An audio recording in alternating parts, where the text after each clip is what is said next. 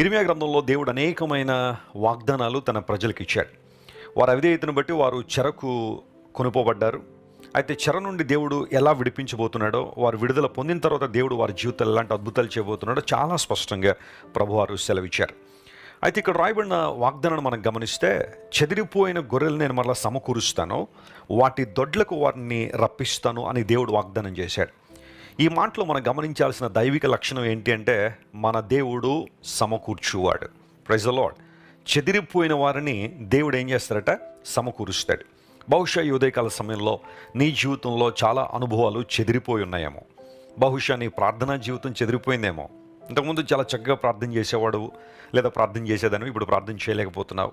నీ వాక్య ధ్యాన సమయం చెదిరిపోయిందేమో. సంబంధాలు చెదిరిపోయాయేమో.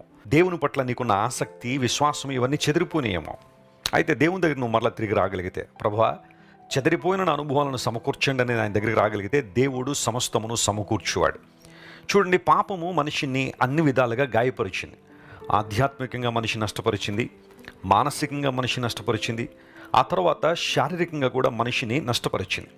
ఇటువంటి పరిస్థితుల్లో దేవుని దగ్గరికి ఒక వ్యక్తి రావడం ద్వారా దేవుడు మరలా పునరుద్ధరణ ప్రారంభిస్తున్నాడు. సమకూర్చే అనుభవాన్ని దేవుడు ప్రారంభిస్తున్నాడు. ఆధ్యాత్మికంగా నేను సమకూర్చగలడు ఆయన.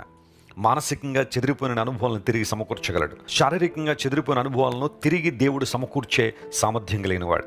అనేక చోట్ల ఆ అనుభవాల్ని మనం చూస్తూ ఉంటాం. కొన్నిసార్లు నీ దర్శనములు చెదిరిపోయినట్టు కనబడచ్చు, నీ కళలు చెదిరిపోయినట్టు కనబడచ్చు. యోసేపు జీవితాన్ని పరిశీలన చేస్తే, సొంత అన్నలు తీసుకెళ్లి యోసేపును గోతులో పడేసినప్పుడు నా కళలు ఏమైపోయినాయి, నా దర్శనాలు ఏమైపోయినాయి, అవన్నీ చెదిరిపోయినాయి అని యోసేపు అనుకుని ఉండొచ్చు. 17 ఏళ్ల ప్రాయంలో దర్శనాలు కలిగిన యోసేపు వాటి నెరవేర్పును చూడడానికి 13 సంవత్సరాలు కనిపెట్టాల్సి వచ్చింది. యోసేపు యొక్క పరిశుద్ధతను దేవుడు పరీక్షించాడు. అత్యున్నతమైన స్థానానికి, ఏ ఒక్కరూ నమ్మలేనంత ఉన్నతమైన స్థానానికి దేవుడు యోసేపు నడిపించాడు. ఈరోజు నీ జీవితంలో అనేక అనుభవాలు చెదిరిపోయి ఉన్నాయా? దుఃఖంతో, వేదనతో, విసిగి వేసారిపోయిన అనుభవాలతో, నిరుత్సాహంతో, నిరాశతో బహుశా నీ ఉన్నావా? దేవుని సేవకునిగా ప్రకటిస్తున్నాను, నీ దేవుడు సమకూర్చువాడు. నువ్వు దేనికి చింతపడద్దు, దేనికి అధైర్యపడద్దు. రా దేవుని సన్నిధిలో మోకాళ్ళే ప్రార్థన చేయి. ప్రభువా, నా జీవితాన్ని నీ చేతిలో పెడుతున్నాను. నన్ను నడిపించే నాయకుడు నీవు, నా నజరేయుడు నీవు.